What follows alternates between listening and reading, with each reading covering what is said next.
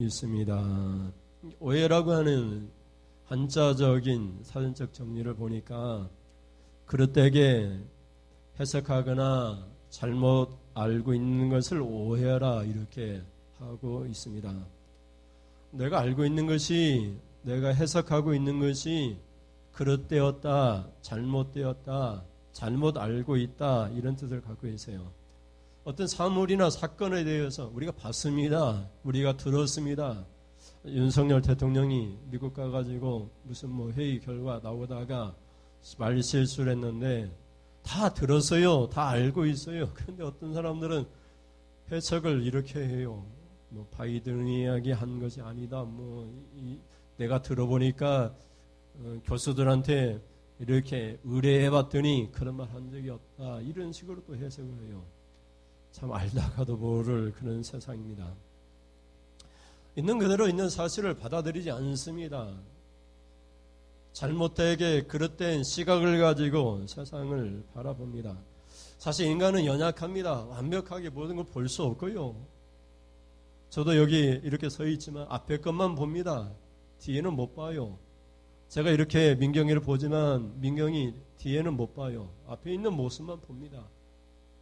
부분적으로 알고 있습니다. 내가 알고 있는 것이 완벽하지 않습니다. 그래서 내가 알고 있는 것이 오해일 수도 있고 잘못 알고 있다는 사실을 우리가 기억을 해야 됩니다.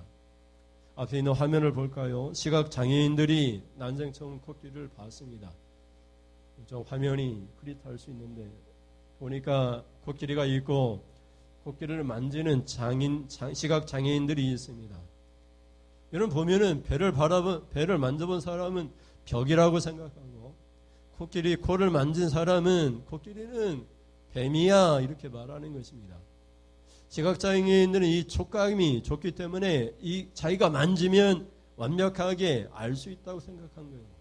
코끼리 코를 만진 코끼리 코를 만진 사람은 코끼리는 창처럼 생겼다고 창이야 이렇게 말을 해요. 코끼리 전체를 못 보고 부분적인 것을 알고 말을 하는 것입니다. 다리를 만져본 장애인은 나무야 이렇게 말을 합니다. 이렇게 우리는 전체를 보지 못하고요, 일부분만 보고 해석을 합니다. 우리가 어떻게 전체를 볼 수 있습니까? 앞에 있는 것만으로도 부분적으로 알고 있는데, 부분적으로 보는 그런 사람인데, 그래 내가 해석하는 것이 옳지 않다는 것을 인정하고 겸손하게 살아가는 것이 신앙인의 자세라 이렇게 볼 수가 있습니다. 우리는 어떤 의미에서 착각과 오해 속에서 살고 있습니다. 그러니 늘 두려워하면서 내가 알고 있는 사실이 진짜가 아닐 수 있다는 사실, 오해와 잘못 알고 있다는 사실 속에서 두려워 떨면서 하나님을 경외하면서 예배하는 그런 삶을 살아야 됩니다. 그래서 겸손을 하나님이 제일 기뻐하십니다. 들려도 좋다 이 말입니다.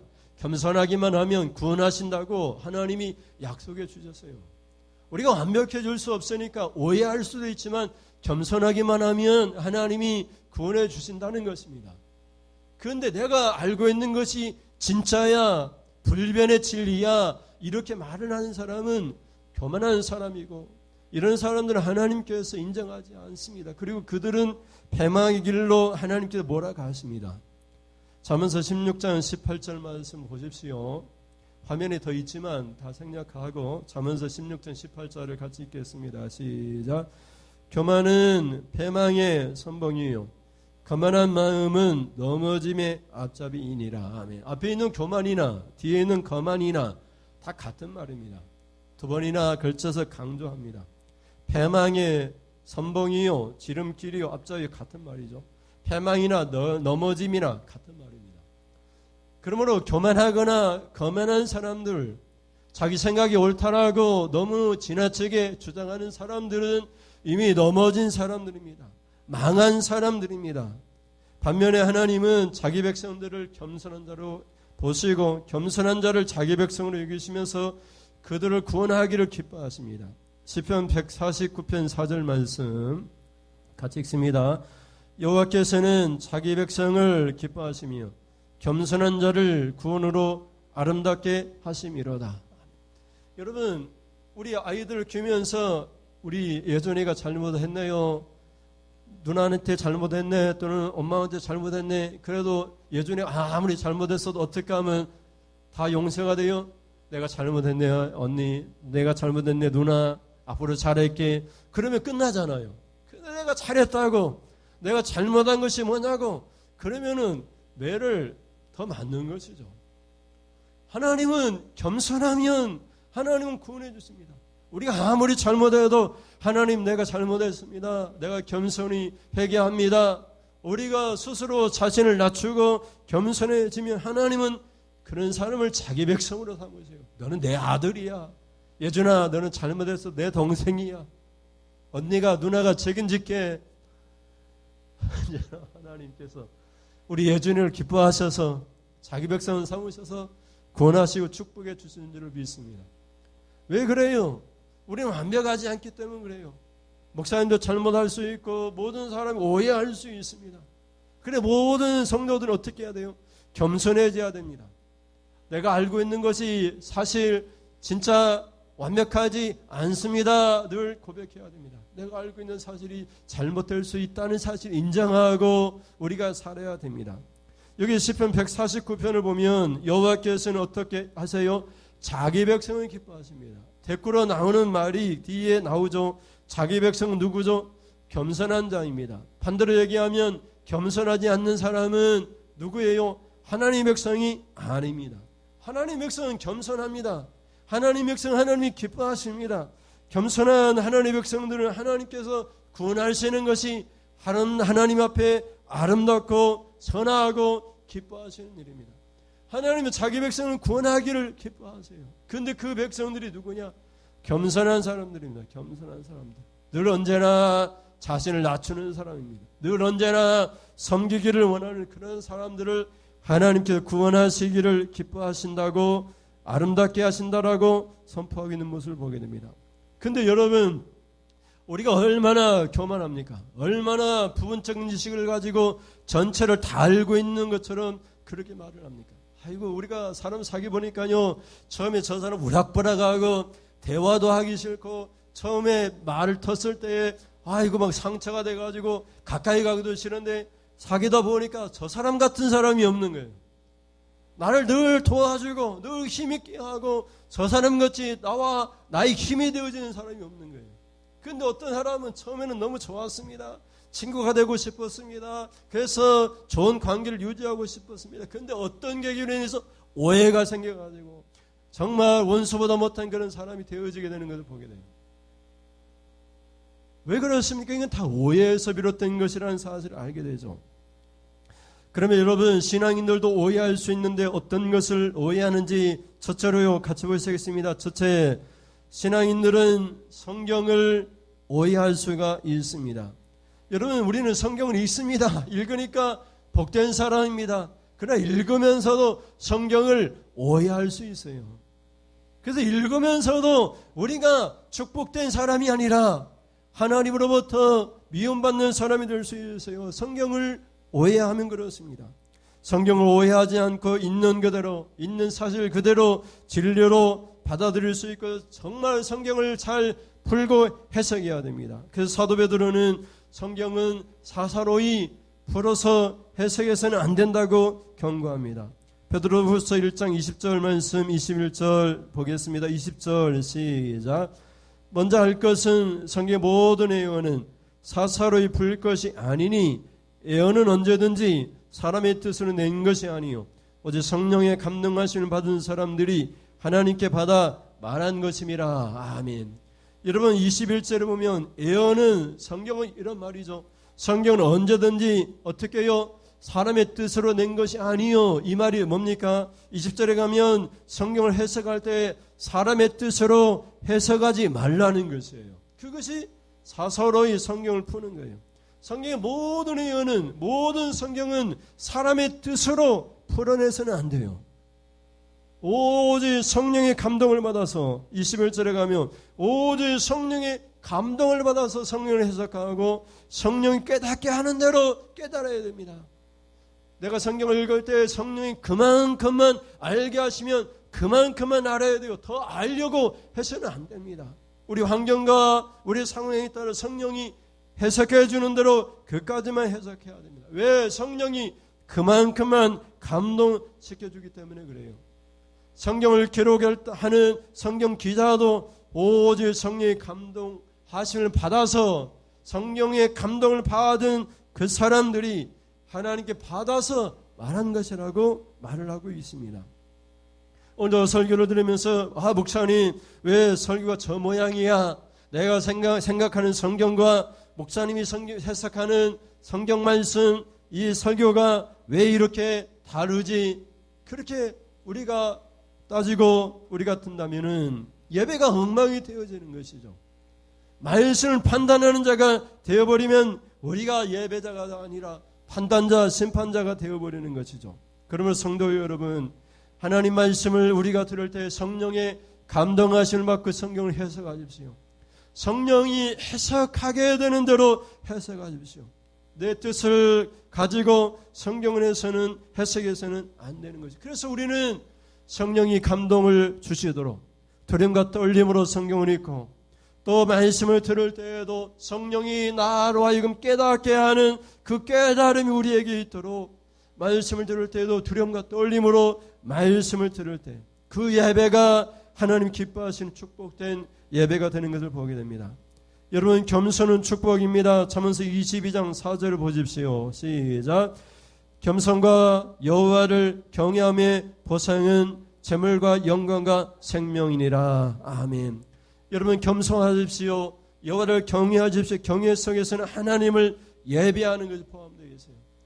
내가 하나님 앞에 예배드리는 것이 보상이 있습니다. 재물과 영광과 생명이라고 말을 하고 있어요.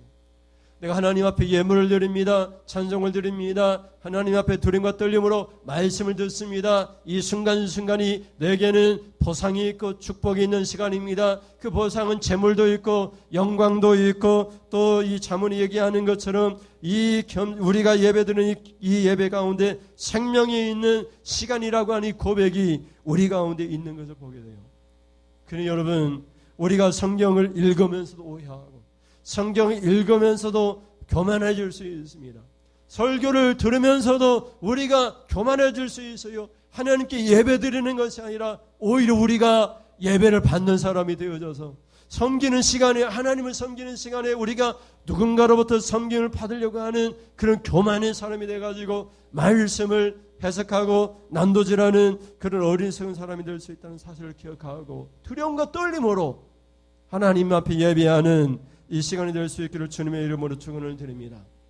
여러분, 사두개인들은 얼마나 이래야 종교 지도자들입니까? 근데 마태복음을 읽으면 사두개인을 가리켜서 노골적으로 표현하기를 이 사람들은 부활을 믿지 않는 사람들이라고 그렇게 말을 하고 있어요. 마태복음 22장 23절 보세요. 시작. 부활이 없다 하는 사두개인들이 그날 예수께 와서 물어 이르되, 이 사람들은 부활이 없다고 믿었어요. 사람이 죽으면 그저 끝난다라고 그렇게 성경을 해석했어요. 성경을 오해했어요. 성경을 잘못 해석했습니다. 부활이 없다라고 그렇게 말을 한 것이죠. 누가 그랬습니까? 종교 지도자들이, 사두개인들이, 경건하다고 하는 그런 사람들이 그렇게 했어요. 그러니 여러분, 나도 그럴 수 있다는 사실, 나도 성경을 오해할 수 있다, 내가 설교를 듣고 있는 이 순간에도 이 설교를 오해할 수 있다라고 하는 그 사실로 겸손해질 수 있기를 바랍니다. 하나님 앞에 두려움과 떨림으로 예배할 수 있기를 바랍니다. 그랬더니 예수님께서 사두개인들을 향하여서 여러 가지 그들의 말이 있기는 하지만 다 생략하고 예수님께서 그들에게 뭐라고 얘기하십니까? 29절 말씀을 보십시다. 29절에 예수께서 대답하여 이르시되 너희가 성경도 하나님의 능력도 알지 못하는 거로 오해하였도다. 아멘. 성경도 알지 못해서 오해했다 이렇게 말을 하고 있어요. 아니, 누구보다도 성경을 잘 알고 있는 사람들인데 성경을 알지 못해서 오해했다. 결국은 성경을 알지 못한다, 성경을 오해했다 이렇게 말을 하고 있는 것이죠. 그러므로 여러분, 우리도 성경을 오해할 수 있어요. 그래서 성경을 읽고 얼마나 많은 이단들이 생깁니까? 그렇다 두려워하십시오. 하나님 말씀을 읽을 때에 여러분 더욱더 하나님의 성령에 감동된 사람이 되도록 두려움과 떨림과 겸손한 자세로 하나님 말씀을 대하십시오. 하나님 말씀이 해석하는 것이 아니라 그 말씀이 나의 삶을 해석하고 나의 삶을 뿌리채 뽑아내서 내가 변화되어지는 그런 사람이 될 때 그런 겸손한 사람들을 하나님이 보상해 주는 줄을 믿습니다. 그런 은혜가 있기를 주님의 이름으로 축원을 드립니다. 둘째로요, 둘째 같이 읽습니다. 신앙인들은 하나님을 오해할 수가 있습니다. 예수를 믿었습니다. 교회를 다닙니다. 그리고 지책을 받았습니다. 하나님을 아빠 아버지라 부르면서 신앙생활도 합니다. 근데 여러분 오늘 성경에서 예수님은 뭐라고 얘기하십니까? 하나님을 알지 못하는 거로 오해하였도다. 여러분 이 얼마나 충격된 말씀입니까? 하나님이 나의 하나님이라고 고백하는데 한 번도 하나님께서 나의 하나님이 된 적이 없었다고 예수님이 말씀하신다면 이 얼마나 어리석은 신앙생활을 한 것입니까? 우리는 가난한 집안인데 옆집 부잣집이에요. 옆집에 부잣집에 없는 것이 없어요. 매일 맛있는 것이 있어요. 그리고 뭐 사달라고 하면 매일 사줘요. 그래서 그 옆집 부잣집 그 아저씨한테 가가지고 주인한테 가서 아버지 내가 필요한 것이 있는데 내게 필요한 거 주세요. 그러면 그게 말이 됩니까? 하나님을 나의 아버지라고 고백하면서 하나님 아버지께 무엇을 달라고 기도했는데 하나님께서 말씀하시기를 내가 너를 알지 못한다.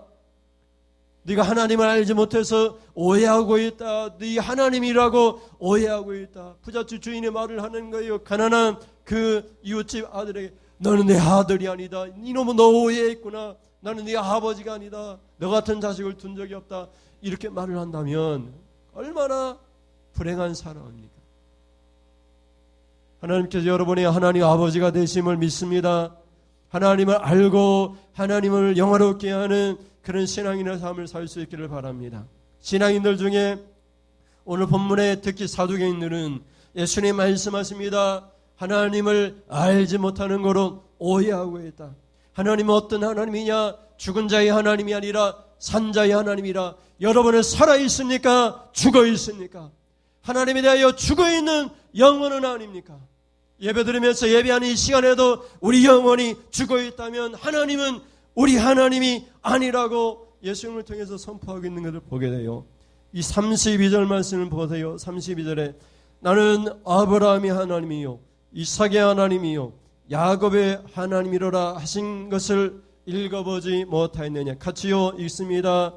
같이요. 하나님은 죽은 자의 하나님이 아니요 살아있는 자의 하나님이시니라 하시니 아멘.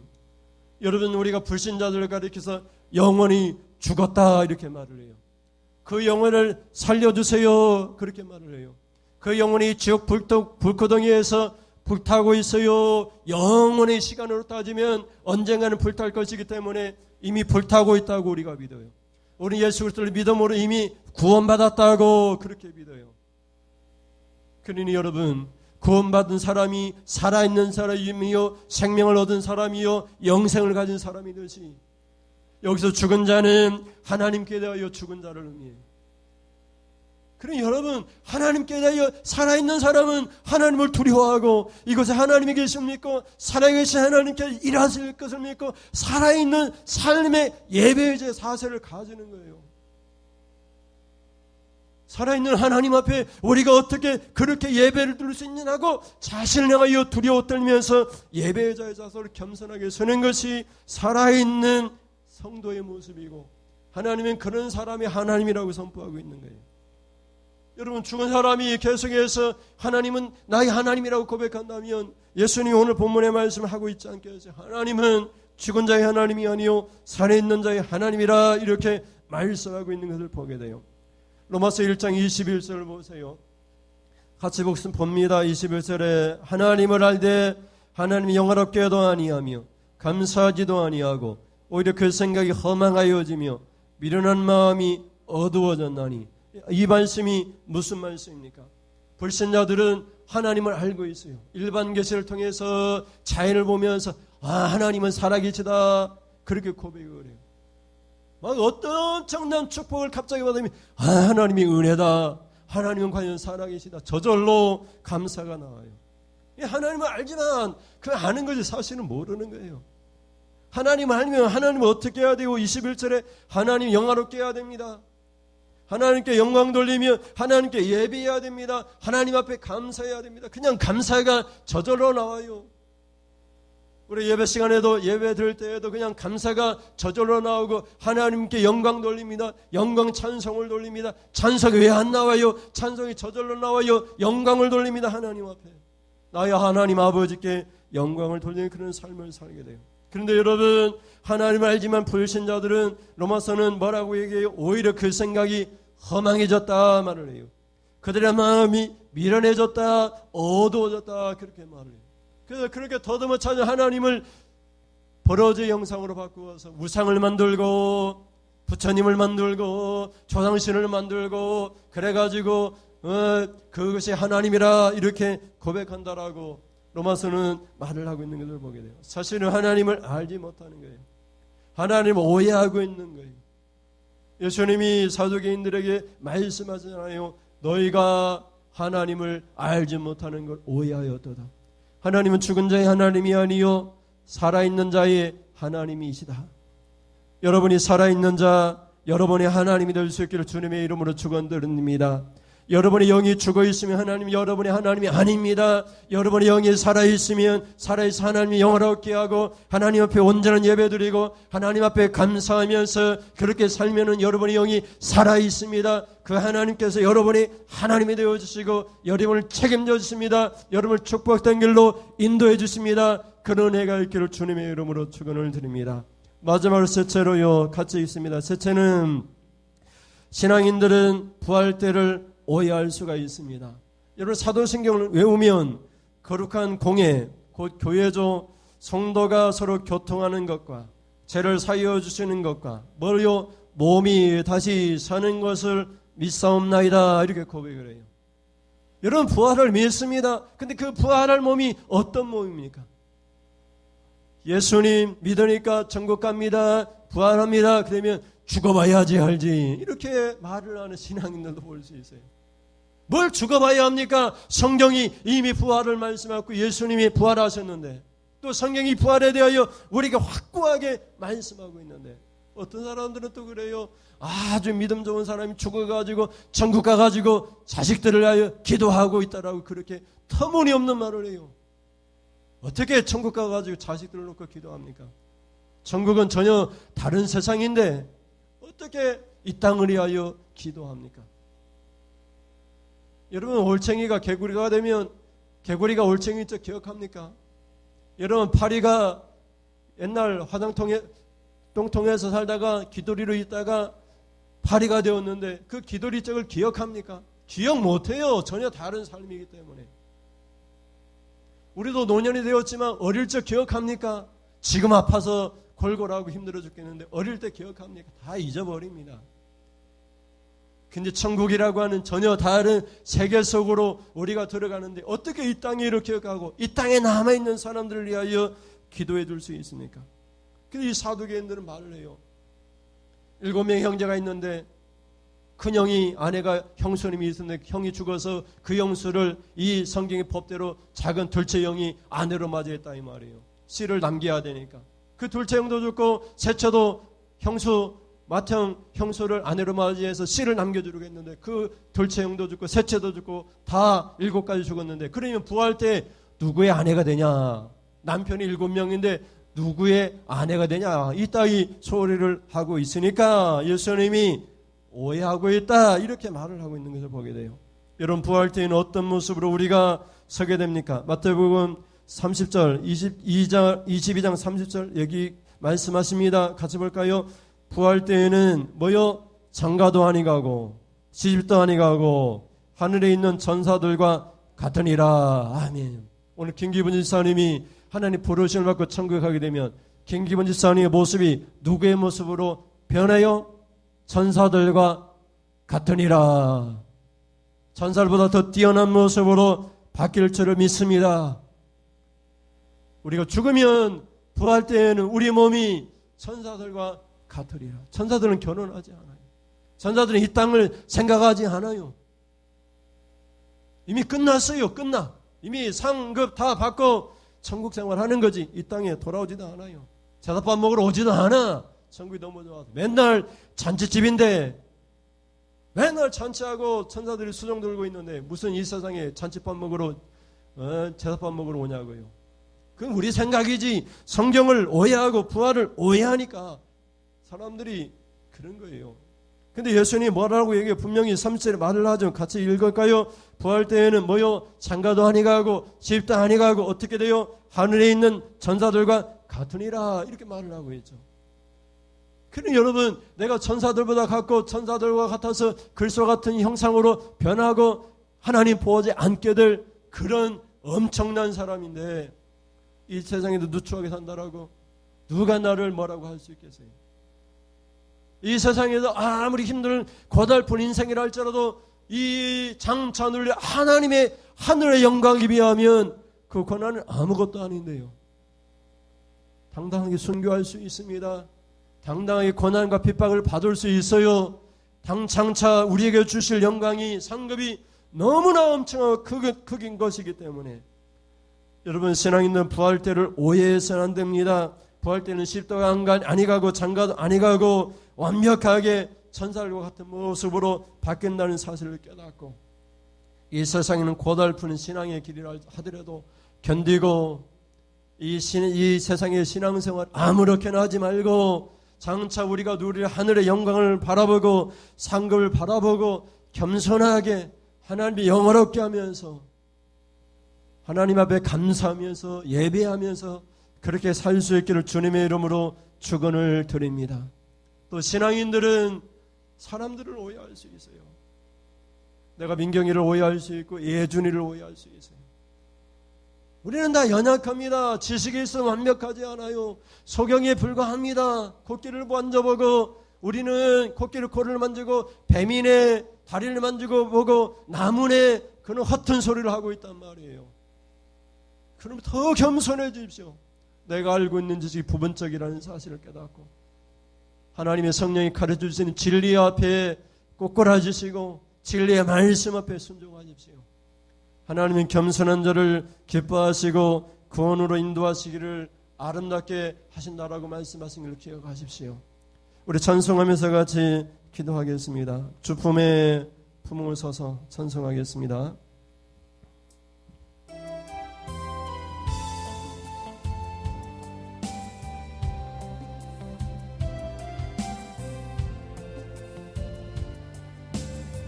주님 보리라 주 품에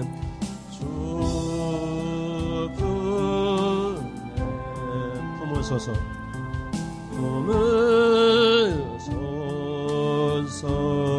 능력의 팔로 덮으소서 능력의 팔로 덮으소서 팔로 덮으소서 거친 바는 날 향해 와도 주와 함께 날아오르리 폭풍 가운데 나의 영혼 잠잠하게 주를 보리라. 주님 안에 나가리 주님 안에 나가리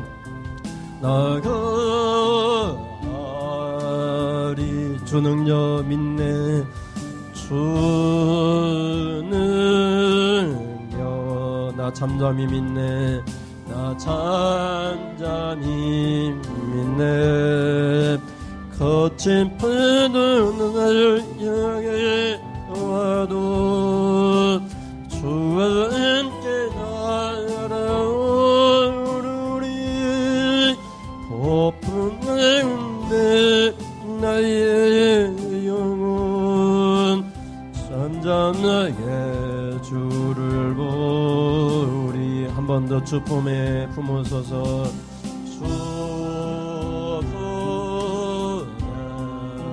나를 품으소서 품으소서 능력 능력의 발로 덮으소서. 능력의 발로 덮으소서. 거친 풀도 날 향해 나와도 주와 함께 주와 함께 날아오르리. 높은 가운데 나의 영혼 잠잠하게 주를 부리. 주님 안에 주님 안에 나가리 주 능력 나 믿네. 주 능력 나 잠잠히 믿네. 나 잠잠히 믿네. 거친 파도 날 향해 와도 주와 함께 날아오르리. 고픈 가운데 나의 영혼 잠잠하게 주를 보리라.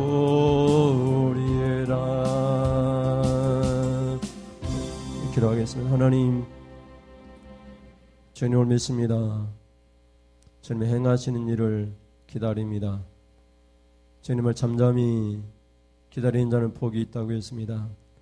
오늘 말씀에 사두개인들이 종교 지도자임에도 불구하고 성경도 하나님의 능력도 알지 못해서 오해했습니다. 부활도 오해했습니다. 부활이 없다 그렇게 말을 하면서 7형제 이야기를 예로 들었습니다. 하나님, 우리는 성경을 잘 알지 못합니다. 우리는 하나님의 능력을 잘 알지 못합니다. 오해할 수 있습니다. 우리는 부활할 때 우리의 모습이 어떻게 될지를 잘 알지 못합니다. 그래서 오해해서 이 세상의 여러 가지 가족관계나 이 세상 여러 가지 상황과 환경을 접목시켜 천국에서 어떤 천국에 간 성도들이 이 땅을 자기 자식들을 위하여 기도할 것이라고 오해할 수 있습니다. 우리는 성경도 하나님도 오해하지 않고 있는 그대로 믿고 하나님 백성이 기뻐하시는 겸손한 사람이 되어 구원으로 인도함을 받고 그 보상으로 재물과 영광과 생명을 얻게 되는 축복된 사람이 되기를 원합니다. 우리 중에 교만한 사람 패망이 기는 줄 알고 교만하지 않고 겸손해져서 우리가 알고 있는 부분적인 것을 가지고 전체를 아는 것처럼 착각하지 않고 더 겸손해지게 하셔서 내가 알고 있는 것이 너무 어리석습니다 고백할 때 하나님이 일하시는 줄을 믿습니다. 우리를 위해 큰 일을 행하시는 겸손한 자를 구원으로 인도하시는 것이 하나님께 아름다운 것인 줄을 우리가 알고 우리를 위해 아름다운 구원의 역사가 축복의 역사가 은혜 받는 역사가 우리 성도들에게 임하게 하여 주옵소서. 그렇게 살기를 간절히 원하는 성도들이 하나님 앞에 귀한 예물 드립니다. 범사에 감사해서 매주 정한 주정 예물을 드립니다. 이 예물에 조용히 써놓고 축복하오니 정한 축복을 주시고 범사에 감사해 싸우니 일어나는 사건들마다 매 순간순간마다 감사할 일들만 생기게 하시고 축복된 일만 일어나게 하여 주시옵소서.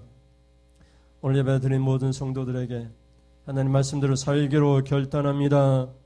오해하지 않고 있는 그대로 겸손히 살아 구원의 역사, 축복의 역사 우리에게 일어나기를 간절히 원합니다. 하나님, 이 겸손한 자를 구원하신 하나님의 구원을 보기를 원합니다. 이 참 예수님의 이름으로 기도드립니다. 아멘.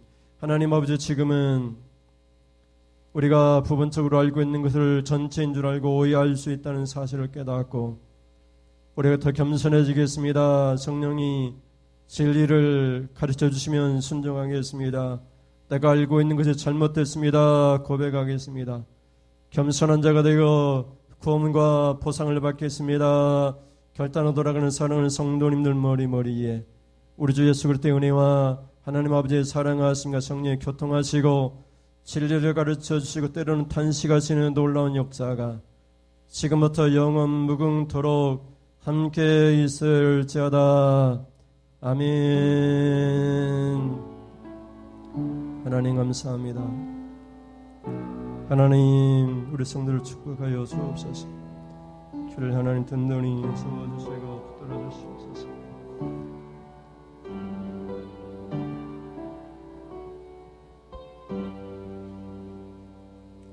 이상으로 예배를 마치겠습니다. 감사합니다.